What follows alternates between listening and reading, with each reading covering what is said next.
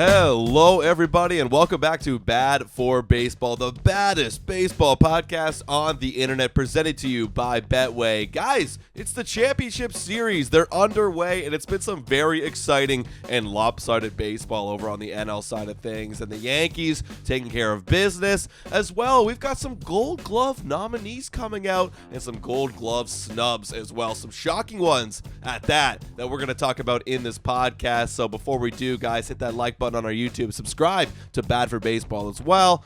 And as well, Nick, how are you doing on this Thursday morning?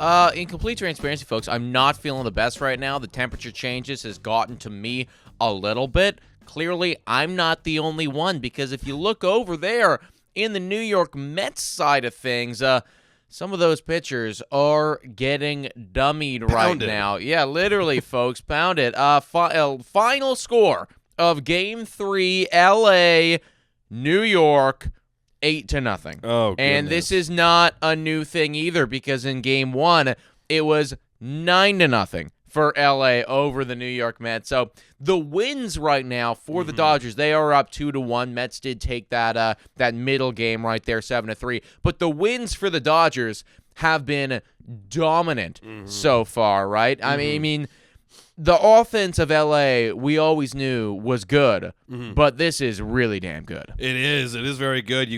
They scored a lot of runs in this series, and that was always going to be their key to victory, right? Outscoring their opponents. But also, you got to give some credit on the other side of things for the Dodgers. I mean, in that 8-0 victory, they got a nice performance out of Walker Buehler. Sure. We were coming into this series, and he got pounded against the Padres the previous series. So in this one, we're like, okay, well, he's got to be able to put up 4 innings of scoreless ball. And, to their own credit, to the Dodgers' credit, Dave Roberts, not letting Walker Buehler go any further than that, and relying on that bullpen that's been such a huge part. They traded for Kopech. He came out and threw a scoreless inning. Brazier's been awesome. He's been like the opener of all these bullpen days. He's been awesome. He gave up a hit, but no earned runs. Blake Trinan's obviously great. Caspasaris, been awesome. 2 innings to close that one out after they were already up 7-0 when he came into the game.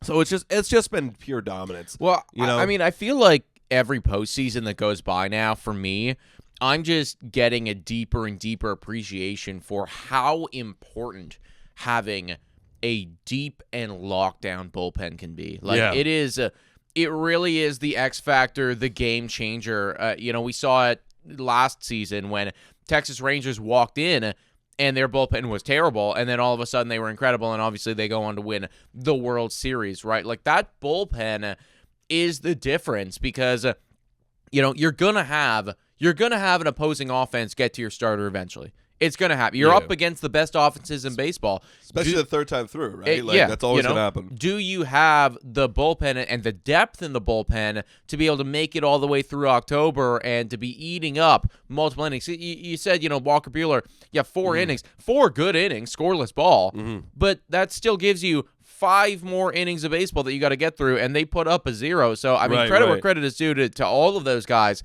for the LA Dodgers, man. Like, they are hurling that baseball, and they are doing it with authority. I mean, put this in perspective. This is regular season numbers. Like, the LA Dodgers, their rotation wasn't the greatest. I mean, they had a ton of injuries. They were calling up rookies middle of the season to go out and start games. They had no Yamamoto. They lost Tyler Glasnow. They had a long time without Kershaw. Kershaw's not even in the postseason with them. Their rotation ERA is 19th in baseball in 2024 at a 4.23 ERA, whereas their relievers ERA, they were 4th in baseball at 3.53. So this is the key to their success, is they actually have to pull a bit of a Tampa Bay Ray, or I guess maybe you could call it the LA Dodgers, since they're doing it so well in this postseason, and they got to rely on that bullpen to give you more length, because 4 innings, that's around the time where you're gonna start to face that lineup again for a third time. So screw that, get him out, even though he's pitching great. And put in these guys. No, effectively, like, they need to avoid what happened in Game 2. And if you guys watched Game 2, first at bat, first home run from Frankie Lindor. It was a leadoff bomb, and it was like, boom, all right, now your starter is like, he's kind of shaking a little bit. And I believe, I think that was the bullpen day. I think that was Brazier. Was that Brazier to lead things up? Well, I think so. Yeah, because my point being is that in the first 2 innings, the Mets were up 6-0. Right. And that's the one thing that the Dodgers need to avoid, because like if you can make it through the early parts of the game and keep this thing nice and tight, nice and close, as the game goes on, the Mets are going to wear down. You're not going to wear down, right? And especially when you do have your guys going out there like a Buehler or like a Yamamoto or a Flaherty, right? Can you give me just 4 innings of not blow up baseball? Because I know that we're going to be capable of bridging that gap eventually in the later parts, whereas they don't have the depth that we have in the bullpen. Yeah, like eventually they could bridge that gap, and I believe they got back just a little bit at the end there in game 2. Yeah, they scored 3 runs at the end, but that's because partly off of Shamanaya too, but Shamanaya for the longest time was holding them down, and what do you know, third time through the lineup, here come the Dodgers, getting to Shamanaya, and then they're bringing the bullpen, but it was already too late. So they had to just do a little bit more.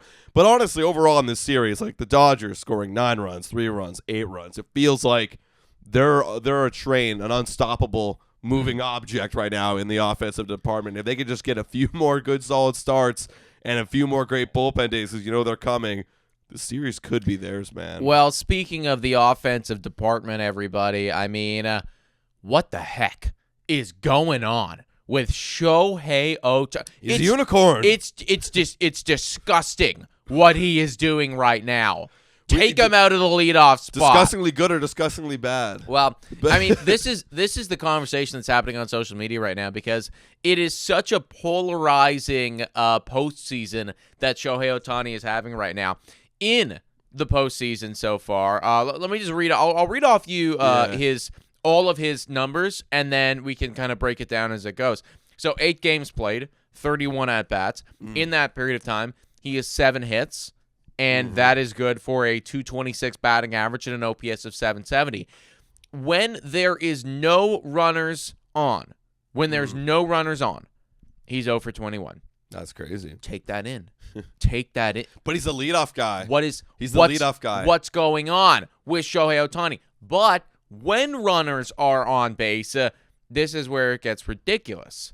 He's says 7 for 9. I don't know if that's fully updated from last night, because it is, I don't know if that math makes sense. But either way, 7 for 9. He's got a batting average, do the math, 778 and an OPS of 2.277. 8 RBIs in 9 at-bats with runners on. So it's very clear, Nick. You just got to move this guy into the 4 spot, and then he becomes like an unstoppable force as well. Look, I mean, the conversation online right now is talking about Shohei Ohtani, like kind of giving him slack, for the fact that he is 0 for 21 when no one's on base. But this is ridiculous, because look at what he's doing. I know. When runners are on. I know. What would you rather have? Would you rather have him like kind of be, just random, just average of what he usually has been doing? I guess maybe that. Or like whenever there is somebody on, he's getting a hit. I don't know. I mean, it's working pretty good for him. Here's look, the thing is that baseball is a weird game where, the numbers over the course of the season make sense, but sometimes you get these weird stretches where it's like this doesn't make sense. And I think people are trying to, because it's the postseason, put meaning on one of these weird stretches where there isn't one. It's like honestly, I don't think that there's anything to this at all. No. Like, there's just nothing to it. He's got 7 hits so far. Yes, ultimately, looking at the entire postseason and the 8 games, Shohei Ohtani's underperforming for what he normally does. What he normally does. Right. But if you had to underperform and you had to have an OPS of 770, then I would prefer that you get all of those hits when runners are in scoring position, when runners are on base. Yeah, you have 2 home runs with runners on base, so you get a big blast. You have your 3rd in the postseason in RBIs behind Mark Vientos and Lane Thomas. He's got 8. So it's like, okay, well, he's literally putting up. And this is out of the leadoff spot, too. So you need guys in the bottom part to come up through. For me, again, it doesn't actually matter the average or whatever, or the OPS. It's like, can you give me runs, and can you produce runs for my team and win ball games. Clearly, it's working. Sure. So, a lot of the conversation was online, like, well, you got him. So I was kind of joking, like, you got to move him out of the leadoff spot. Like, that's an actual conversation someone brought up to Dave Roberts, being like, so are you considering moving Shohei Ohtani out of the leadoff spot after this guy is still putting up runs? Dave Roberts said, no, there isn't. There's no shuffling about the lineup going to be happening. Yeah. And he said it too. Like, I think it's just funny how things change, where early on there's a lot of concern about Shohei not being able to get hits with runners in scoring position. Now we're all trying to find ways that we have to get guys on base so he can hit with runners in scoring position. He finds it comical because, again, like we're saying, it's 7 games. Sure, yeah. You know what I mean? Yeah, Like, eight games. But I mean, such a small sample size that like there is no meaning to this whatsoever. Now, I will say that we have not seen the on-base presence of Shohei Ohtani in this postseason so far, just because he's not getting hits when there aren't runners. He's not leading off the inning. Like he does not have a stolen base yet, and that's obviously a massive part of his game.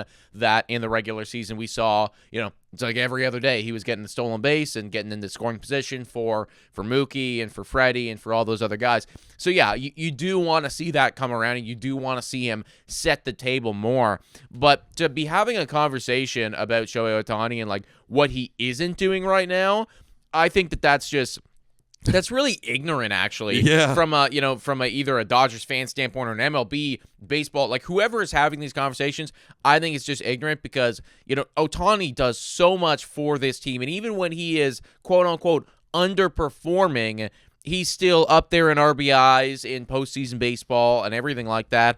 Mookie Betts came out and said this: "I have no idea what people are talking about Shohei. He's the best player on the field every day. Oh, he hasn't got a hit with nobody on? Who cares? Yeah. It's Shohei Ohtani.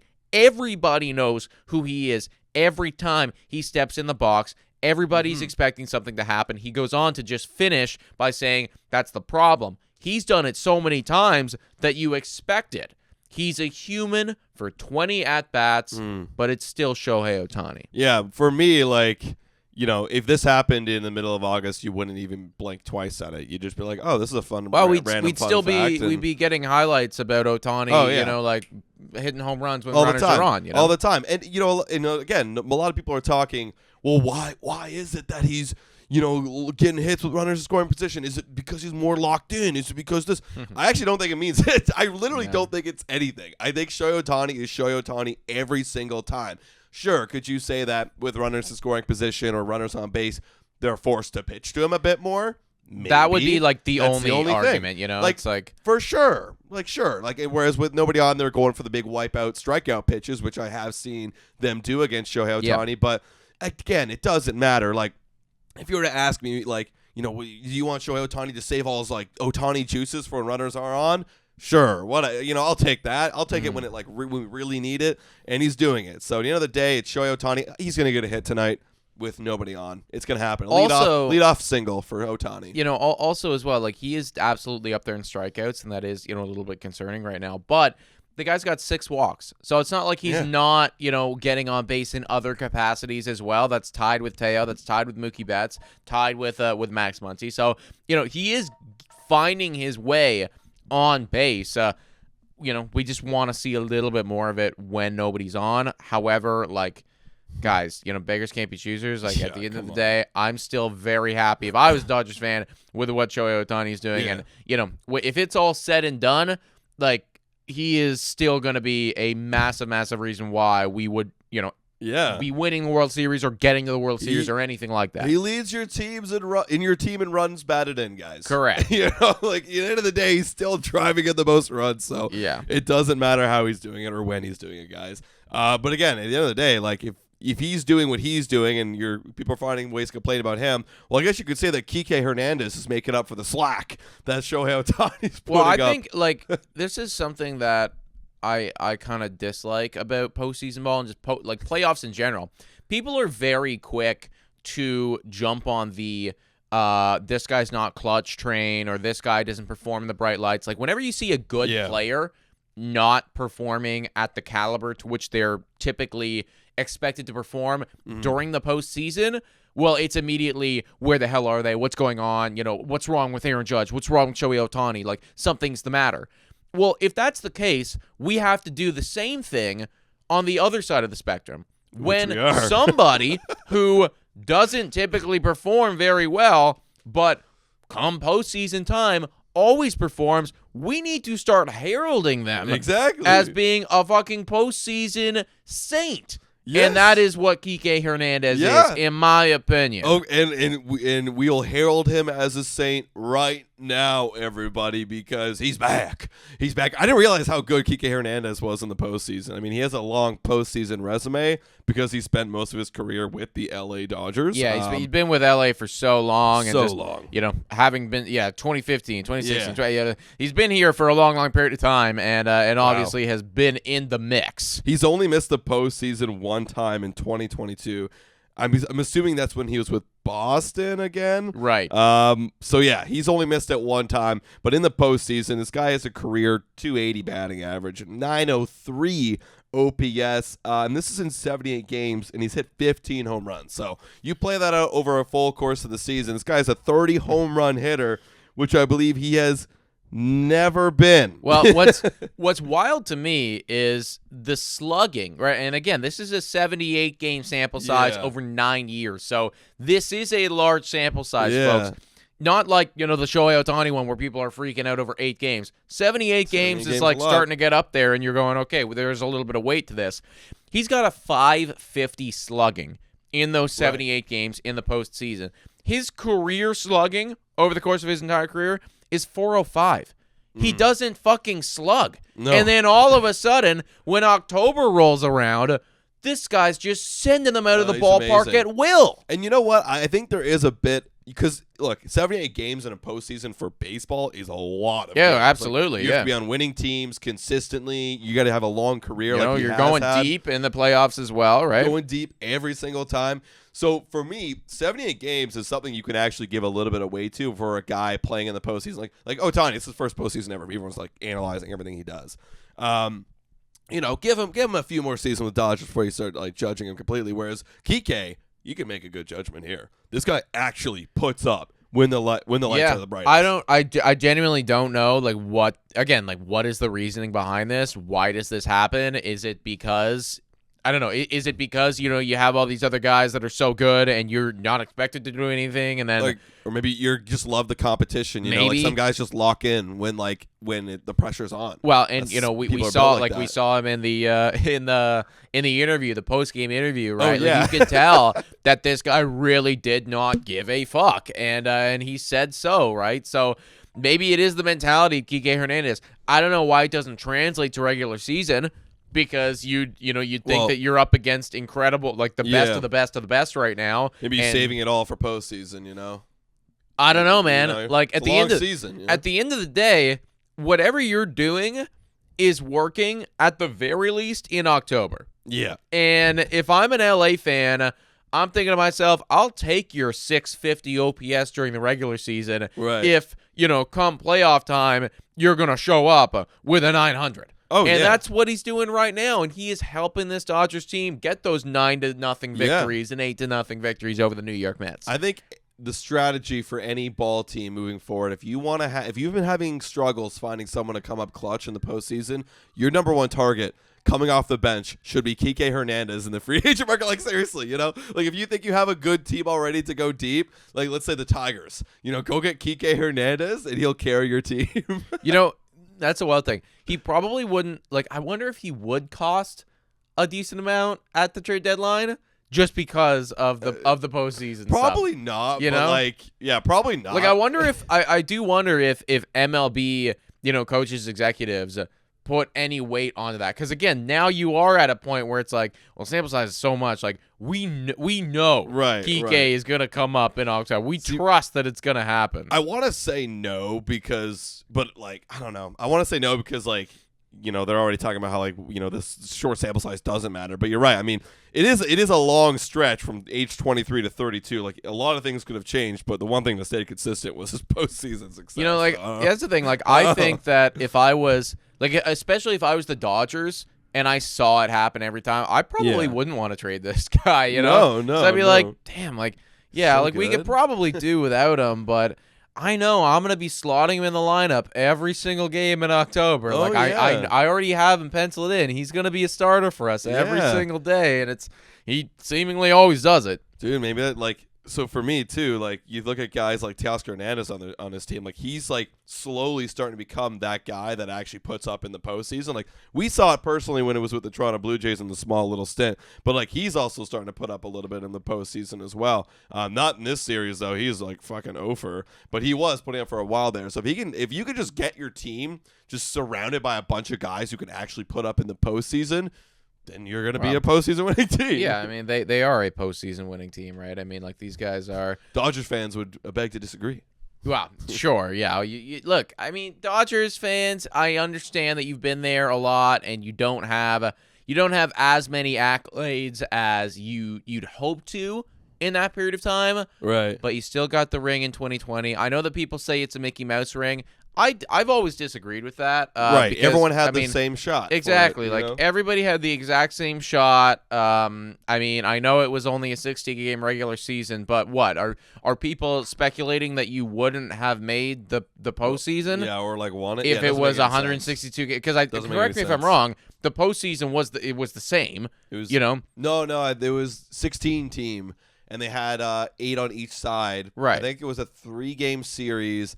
Then I think it went to 5. Then it like turned into regular 7-game. Okay. So it was like just an extra team. Sure. Than what we're used to already. But shouldn't that make it harder? Should it be harder? Yeah. Because look, I'll tell you right now, if it was a 162-game season, they're still making playoffs. And you don't. I don't know if they were first, but you don't get the bye. You had to play in the wild card. Yeah. I mean, I would argue that it would be harder than anything. Again, whatever. People are going to come up with whatever narrative they want to spin it in their direction, but I count that ring just as much as any other ring, in my opinion. I agree. So you guys have won one, and I think you got a very good chance with how things are looking to potentially win another one this year. One more note on Kike Hernandez before we transition. There's actually a stat called championship win probability added for offensive player for the series. So, like, what Kike's done. So, like, there's been a series in 2017 against Houston. He added 16.9% win probability. Really? Yeah, like, that's crazy. For some reason, he has a negative win probability in this series. But overall, in his career, he's added, on average, 9.5% win probability to an MLB team. In the playoffs. In the playoffs. So that's pretty good. I mean, that's 10% addition if I have this one player on my team. For one spot in your lineup, that's very good. That's incredible, dude. Well, think about it. If every single person in my lineup added 10%, I will win. Yeah, exactly. I'm literally going to win. It's impossible for me not to. So, wow. Kike Hernandez is a stud in the postseason. Shout out to you, dude. I think we gotta keep riding with that narrative, man. That he is so good.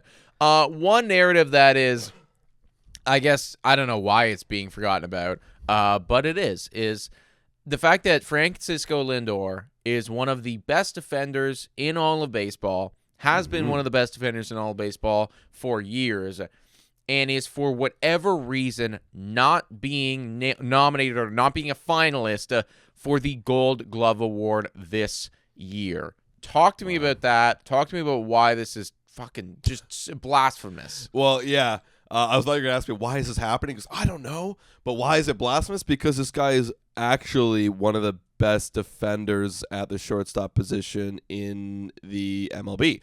There's only one guy better than him if you look at fielding run value. On Baseball Savant, there's only one guy better. It's Dansby Swanson, who was nominated for a Gold Glove. And then right behind him is Francisco Lindor. Francisco Lindor has a fielding run value of 12, Dansby Swanson 14, and he's not nominated. What? The other guys that are nominated for the Gold Glove position or in the shortstop position in the NL are Dansby Swanson.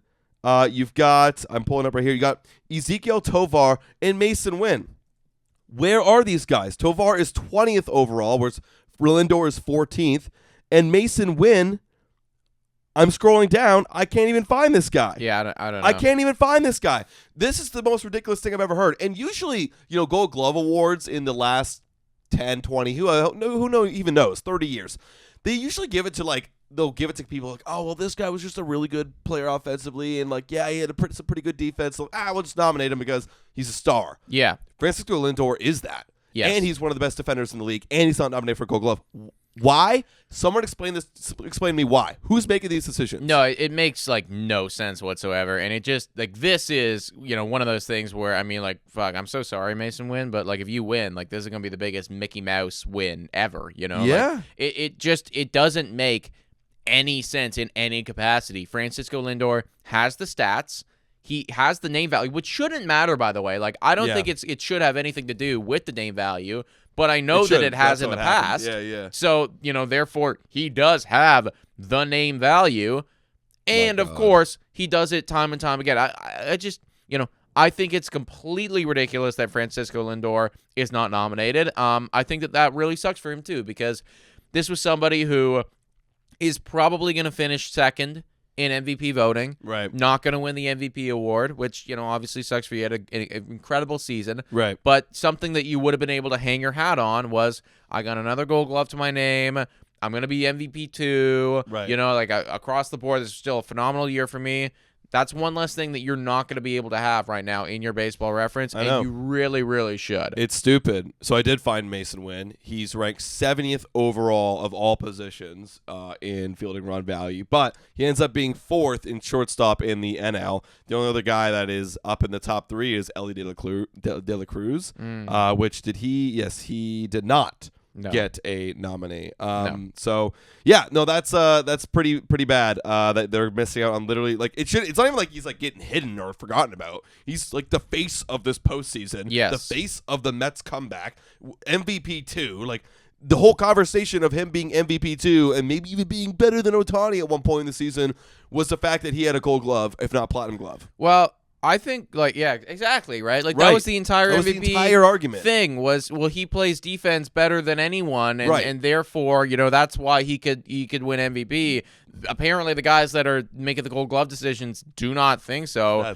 I want to know what these statistics are based off of. Like, what secret stats are you looking at that the public doesn't have access to that, clearly paint the picture Francisco Lindor is not as good as, Wynn or Staver, right? Because everything that I'm looking at right now is indicating to me that Francisco Lindor should not only be nominated, but probably win the goddamn thing. Right. Right. I want to know where they're getting this from. And it really sucks to see this because now, and I guess this happens every year. I already knew this, but it further reinforces the narrative that, well, how much do these awards really, really mean? Not a whole lot. Like the best defender at the shortstop position, arguably, is not even being nominated. Dude, what does it mean? It was the same thing last year. Again, here's Blue Jay bias coming in, but I actually don't even think it's that bias. Where Dolan Varsho didn't even get a nominee. Exactly. And he was on paper one of the best outfielders in the game. Like, what the fuck are we how do I hang my hat on a Gold Glove award now when I know it's BS. That, every season there's multiple guys that should be getting it and are completely getting snubbed. It means nothing anymore because of this. You're right. And there are multiple guys. Like, there's another guy in the NL, Pete Crow Armstrong. He didn't get nominated for center field. He is 3rd in the entire MLB in fielding run value. We talk about Dolan Varsho being so good. He's 2nd. Yeah. He should win an effing Platinum Glove this year. Absolutely. But Pete Crow Armstrong is right behind him at 3rd, just one less fielding run value at 16. Where's the nominee there? Yeah. That is it's not even like he didn't have the innings either. Like he had 966 innings where Varsho had 672, and he's getting a nominee for center field. So it doesn't make any sense. That's absolutely insane. Yeah, exactly, right? Like, it's just another one of those things where, now I'm going to start looking at Gold Gloves and Platinum Gloves and all this stuff, kind of like I look at the All-Star game. Yeah, which doesn't is like, mean anything. It means nothing to me. Nothing. I look at the All-Star game as like nothing at all. Folks. I see they have stars in their baseball reference. I'm like, cool. Yeah, he's literally. popular. That's what I see. I genuinely think cool. But it has no, I don't think about the player in any other capacity other than it's cool. And, I guess now that you have, if you have a Gold Glove, Yeah, it means that you are good defensively. Yeah. You're going to be good. You're not going to have somebody that's bad up here. Right. But I can't say that you're the best anymore. No. Because I know that there are other players out there that could or probably would have been better than you. Yeah, 100%. I'm going to give one more shout out to another snub here from our Blue Jays standpoint, Alejandro Kirk. Oh, yeah. Okay. This guy, again, led the entire American League in fielding run value. Literally one of the best. He actually, is the best catcher defensively in the American League. And he doesn't get nominated. He doesn't. There's Jake Rogers, who is, it looks like Jake Rogers is 4th in this category for fielding run value. And I was thinking, maybe it's the innings things for Kirk because he was a backup catcher. And then when Jansen got traded, then he became the full-time catcher. Only 766 innings caught. Well, Jake Rogers has 761, and he's nominated. So that doesn't even matter. So that's another snub for me, too. Like, that's just disrespect on my, big short king. And just to put it in perspective, everybody, I mean, we're looking at Baseball Savant right now, the fielding run value. Francisco Lindor, who many people were talking about should be MVP because of his defense, has a fielding run value of 12. Yeah. Alejandro Kirk has a fielding run value of 15. There you go. He's in the 98th percentile in fielding run value. He is not being nominated for a Gold Glove. What are we doing here? Yeah. What are what are we doing here, MLB? It's so easy for me. I know MLB is going towards the direction of fielding run value and less about the errors. For me, it's very simple. You just go down the list and you pick the top 3. You just pick the top 3 of your position. Exactly, right? It's simple, right? If that's really what we're looking at, what we're doing, then sure, Granted, you got to have a good sample size of innings, so just get have a cutoff point and then pick the top 3. But also too, if you were, because fielding run value, this encapsulates everything. Effectively, it means you saved this amount of runs and all that stuff. Yeah, exactly. You saved. So even if you if you had, let's say that you had 300 less innings. Yeah. Played. Right. But you saved more runs than that guy. Right. Well, you technically did more. You know what I mean? Right. In a way of thinking about it. So look, I completely agree with you. Point being, Frankie Lindor, we feel for you, dude. Alejandro Kirk, we feel for you. Pete Crow Armstrong, we feel for you. And they are not the only ones. There are many more that we can bring up here that we're not going to get into today. But just know and understand that is bullshit. It's a whole bunch of bull. All right, let's move on to the ALCS. Before we do, let's give a quick shout-out to Greta Bar, everybody. Over 50 arcade games in downtown Toronto, King Street West. You can go to the bar. You can go to the rail. You can go get some of their bar food. It's super dope. They have a cool basketball game. I don't know if you've played it before, but it's like a 3-minute-long basketball hoop game, and it moves around. It's super dope. Oh, I don't know if I have done that You haven't done Oh, dude, I thought you were talking about the tic-tac-toe. Oh, no, that one's also dope. Yeah. The tic-tac-toe game or the Connect 4 game. Connect 4, sorry. Yes, that one's super cool. Connect 4, but with basketball, that's super cool. They got a lot of great games, and they're life size. So go check it out, guys. King Street West, Toronto. ALCS Yankees right now, they're up 2-0 against the Guardians. Yeah, man. We kind of predicted that the Yankees had a really nice road to get to the World Series, and right now it's looking like that road is pretty smooth. 2-0 already against the Guardians, and it's not like they're blowing them out in any capacity. They are putting up a bit of a fight. They won 5-2 in Game 1 and then 6-3 in Game 2. So both games within closing, they had to throw out their closer in closing distance. Talk to me about just overall Yankees Guardians. Are we feeling good about this? Has there been any hiccups? I don't know, man. It feels pretty smooth for the Yankees side of things. Yeah, of course. Whenever you're up 2-0 in a series, obviously things have been going the way that you want them to go. I mean, Aaron Judge hasn't actually done that much for the New York Yankees, and you'd think walking into the postseason, if Aaron Judge was going to be a little bit cold, well, okay, we're screwed. Right. That's it, right? Obviously, we have Juan Soto, but we kind of need both of those guys to be going crazy mode. That's not the case, you credit to some of these other Yankee hitters, especially Giancarlo Stanton, man, for being able to pick up the slack that some of these other guys are not contributing. Gleyber Torres, too, right? Yankee fans are going to get on Gleyber Torres all the time. I get on Gleyber Torres because most of the time this guy isn't meeting his expectations. He is batting .292 with an OPS of .933 right now. So other players in that lineup are contributing when needed. The pitching staff for the New York Yankees, been good. Not great, but good enough. Giving themselves opportunities to win. I think across the board, you're seeing a a complete team win from these New York Yankees, Right. where they're, and this was always the big thing for me, in the regular season, it felt like you were so reliant on one or two or three guys, and if those guys aren't doing it, Right. well, we're cooked. This is a team win that I'm seeing right now from these Yankees, and I think I even like it better than some of what they were doing in the regular season. Yeah, I mean, again, like competition is less, but it's obviously me disrespecting the Guardians. The Guardians really haven't been showing up offensively in this series. I mean, you got Steven Kwan has 2 hits. Like, it's Kwan and Naylor and then Rocio that are actually doing most of the cooking. But then everybody else, like, you got Lane Thomas has only got 1 hit. Jose Ramirez has only got 1 hit. Andres Jimenez 1 hit. Both their catchers, Hedges and Naylor. I want to bring this up. They're 0-4. There was a moment in Game 2 when the Guardians, it looked like for a moment they were about to overtake the lead. They're about to, I believe it was in the 5th inning. You have Kwan getting a single, Manzardo getting a single. Okay, now Ramirez walks, bases are juiced. Yeah. Okay, here we go. Naylor sac fly. Okay, here we go. Lane Thomas walks. Brennan grounds out, but he gets it running. Okay, dope. Bases juiced again for Austin Hedges. And, dude, like, look at Austin Hedges' face. I feel so bad for this guy. It looked like he just doesn't belong here. Because look, he's a catcher, and they don't have a lot of offensive juggernaut kind of catchers, and that's okay. But when it's, bases juiced and there's 2 outs, Austin Hedges come up to the plate. He strikes out. Yeah, it's not good. In that lineup, did they have Bo Naylor in the lineup already? In this series? Because for me, where is Bo Naylor? What's going on with him? I think they like to split some playing time between Bo Naylor and Hedges. Bo Naylor, yeah, go ahead. Look, the issue is this. In 2024, Austin Hedges has a negative .6 WAR, a batting average of 152, and an OPS of 422.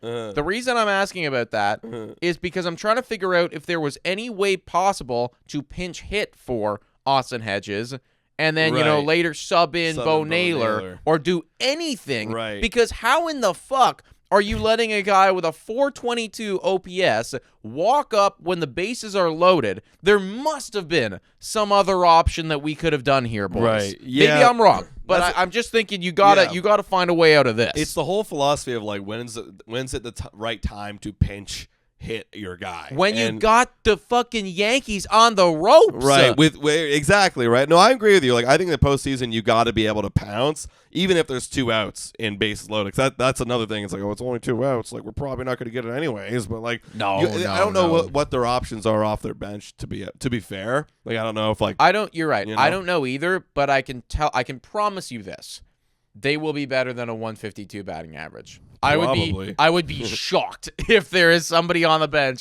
that is worse than that, because there's no reason for anybody that's worse than this to be rostered in the postseason unless you play the catching position. Right. That's the only reason. No, right? I hear you. I'm looking at their roster right now. I don't know who else would they have. Andre Jimenez already in the game.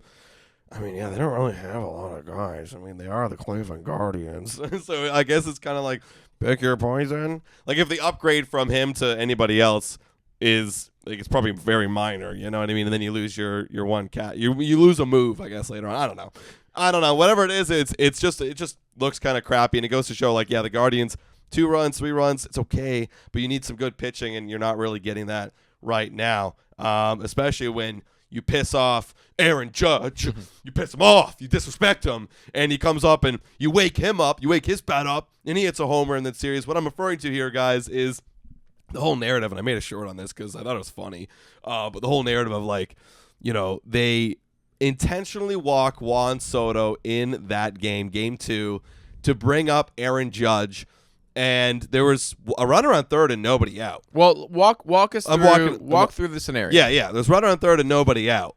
So they have Juan Soto up, and they intentionally walk him. It's already 3-0 or I believe 2-0 for the Yankees. Let me just double check.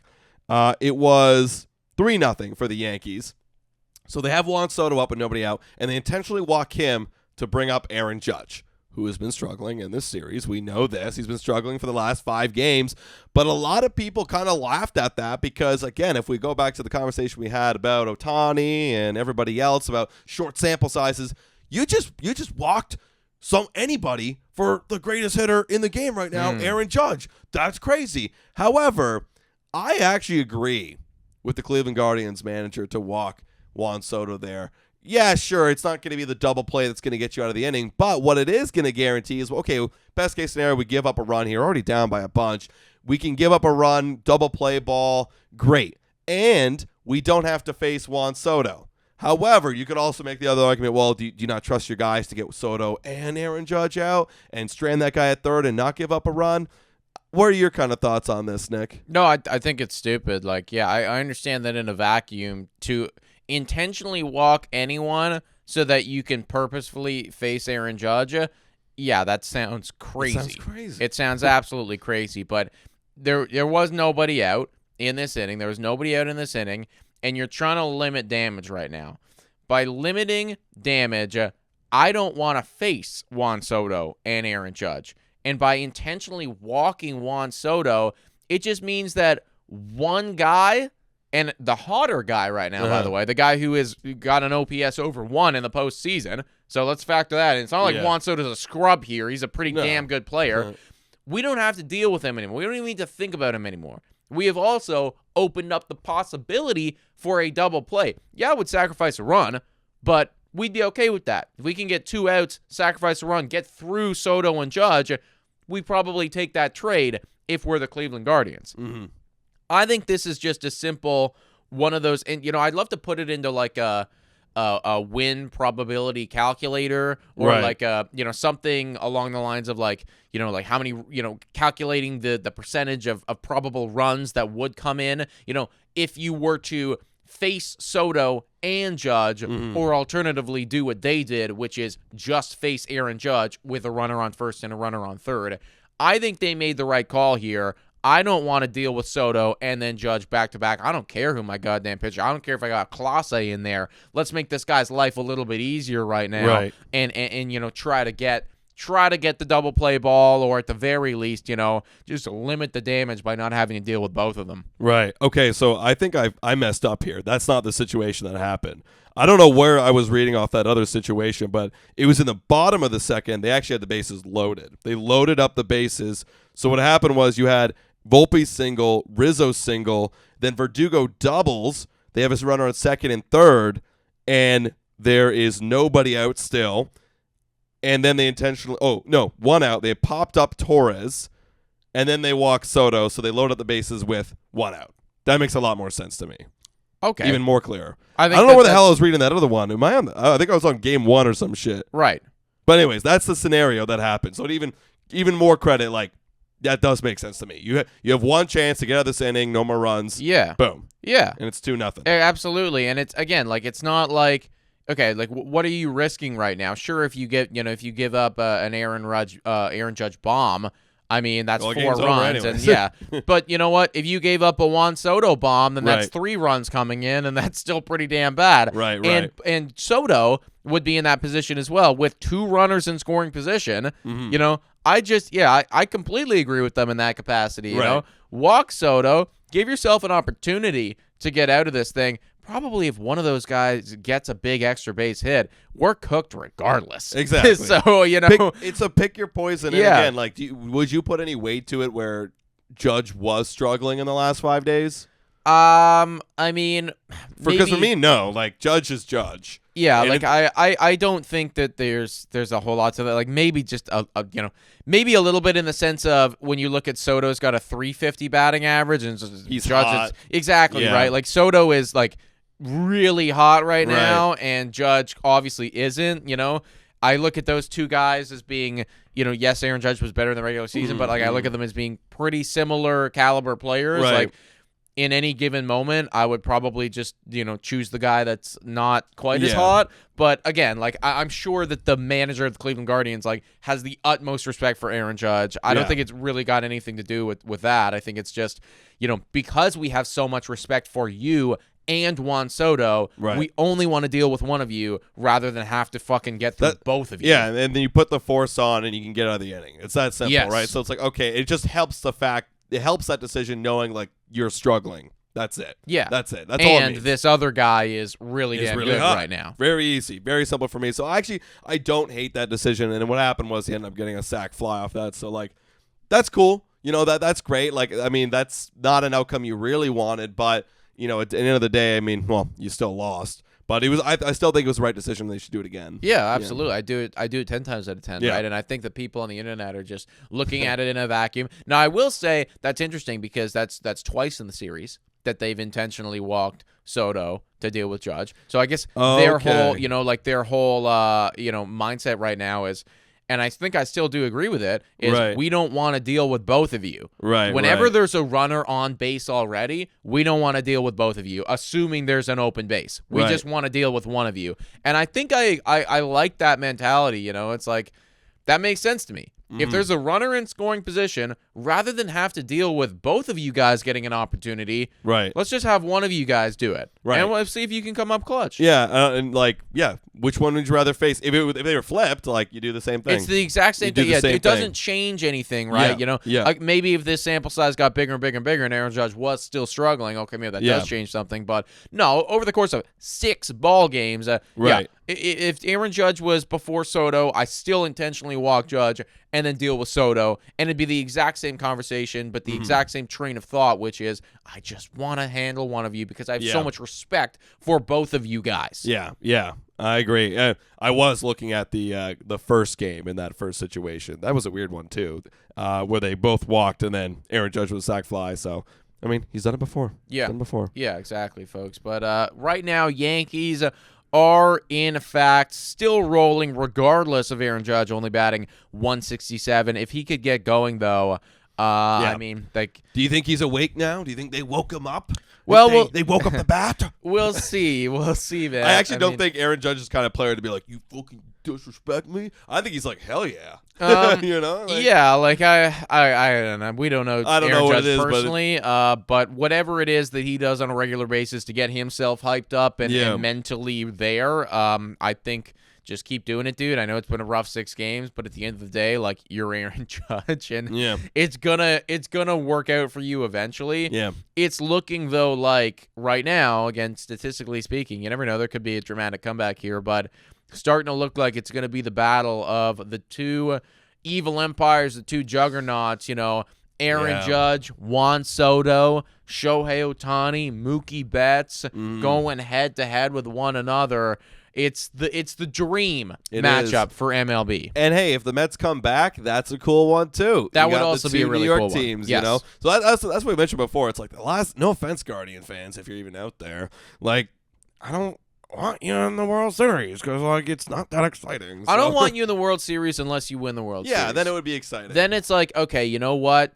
Fucking GG. Yeah, that exactly. you this $100 million ball club came and knocked off the $300 million New York Yankees. Yeah, exactly. And then went and knocked off the $300 million Mets or Dodgers. You know, and that's like, okay, this is good for baseball. You know, we're bad for baseball. That would be good for baseball. Actually, in the eyes of John Heyman, actually would be bad for baseball. That's the whole reason why we made this channel. John Heyman just wants the juggernauts to keep winning. Exactly, like, which is completely ridiculous, right? And again, you know, pulling ourselves out of all this, it's going to be a very exciting series to see, assuming the Yankees make it and assuming LA makes it. Going to be a very exciting series to see Soto and Judge and Ohtani and all that shit. But also, I do secretly hate it because, you know, it's the rich getting richer and, you know, like whatever. And, again, you know what? You've done an incredible job. I don't want this to be a slight on the Yankee fans or the Dodgers fans or anything like that. You know, you guys have done an incredible job at managing your team. But I'm sure that many of you would be the first to agree that you're playing a different game than Cleveland Guardians are. It's a different game for you. And, you know, to finish off this note, I will say it is kind of good for baseball that these juggernauts are this deep in the postseason because we just broke the record for most championship series viewers since 2009 when you had Jeter in that series and they went on to win the World Series, the Yankees. So that's where I get it's good for baseball. Because you grow an audience. However, you could also make the argument, well, they just have larger fan bases and they're watching the games. Yeah. I mean, I do think that, and that's the thing. I do think that Ohtani versus Judge, that's going to good. pull on the viewership like nothing else. Yeah, more than the Subway Series, right? That would be a big one, but I mean, Ohtani versus Judge, that's the type of shit that you can sell tickets on. And, you know, that's the type of thing, too, where, like, I think about this, like, years later, like, collectors, you know, the Shohei Ohtani home run ball off of, you know, Garrett Cole to win the series in Game 7, like, that's gonna go for, you know, $10 million. Dude, that right? would be like insane. A Joe Carter moment, walk off homer to win the World Series. You know, and it's one of those. It's one of the big boys, right? And like that's the type of shit that you're gonna see that highlight on repeat for 50 years. Forever. Yeah, for literally forever, right? Like that's going to go down as one of these two teams, one of their most historical moments ever because they knocked off the other one and it was their, you know, their star player doing it. It's the perfect script. So unless it's fucking Kike Hernandez. And then it's not as cool. Yeah, exactly. But honestly, I think I would enjoy that I more. would enjoy that. I would enjoy that even more. This guy's contract just doubled. Oh my god! Yeah, I mean that's the thing, right? Like you don't put too much weight on what they're doing in the postseason. But if you did that, Kike, congratulations, you have walked yourself into $15 million. Exactly. One last note before we sign off, everybody. The Chicago White Sox owner, Jerry Reinsdorf, I don't even know how to say his name. He said he's open to selling the team. Good. We were kind of saying it during the regular season. Got to sell the team, guys. You're getting to the pits. Now, this doesn't necessarily mean they're going to relocate, but just sell the team so that you can make better decision-making. Someone else do that. And he's had the team for like 50 years, too, so this is kind of big. So, you know what? I mean, this is good. If I'm a White Sox fan, this is a good sign. 100%, man. Better than the Oakland Athletics. I mean, apparently, like, this guy has had a majority ownership since 1981, and he's got a reputation for being meddlesome. So leading to reports of tumult from within the organization. That all tracks, right? Like we know that there is a cancer here, there is a rot in the White Sox organization. You don't win or lose the most games ever without there being issues at the top and issues within. So this is one of those things where, like, I was saying it, right? I brought this up months ago when they were doing this. I was saying, like, it's time we need a full change. A full change. And what better change than literally selling the team? Selling the team to somebody else who then that person's going to come in, rip all of it apart. It's all going to get ripped apart. Right. And, I think it is the right call. Yeah, absolutely. I mean, this is the right thing for the White Sox. And, again, if I am a White Sox fan, like, this is music to my ears. This is exactly what I want to hear at the end of the year. Somebody rich in Montreal. That's what I want. That's it. Get them over there. Somebody rich in Montreal. There's going to be people. There's going to be some rich business owners over there that love baseball, that want their Expos back. This is your opportunity, folks. They got two teams in Chicago. That's it. They don't need We need two teams in Canada. Let's go. Let's go. That's what I'm talking about, folks. That is going to conclude this episode of Bad for Baseball. Let us know your thoughts in the comments down below about everything that we talked about. Who is your World Series pick? 4 teams remaining, 2 of them with the advantage. Who's winning this whole thing? Actually, tell me. Who do you got at this point? Dodgers are winning it. I mean, it feels that way, right? Like we flip flop. I'm flip flopping. We're such 3-4 times. Yeah, right? Exactly. We're just going with the hot team. They are probably the hottest team right now, though. But I think I'd give it Dodgers too. Yeah. Yankees are pretty close second. They're though, close, for me. of course. But you guys let us know in the comments down below. Please hit that like, smash the subscribe button. We will be back on Monday with another episode, potentially doing a live stream too soon. Not sure when we're doing that, but we'll be happening for some more postseason ball. So hopefully we will see all you guys there. Cheers.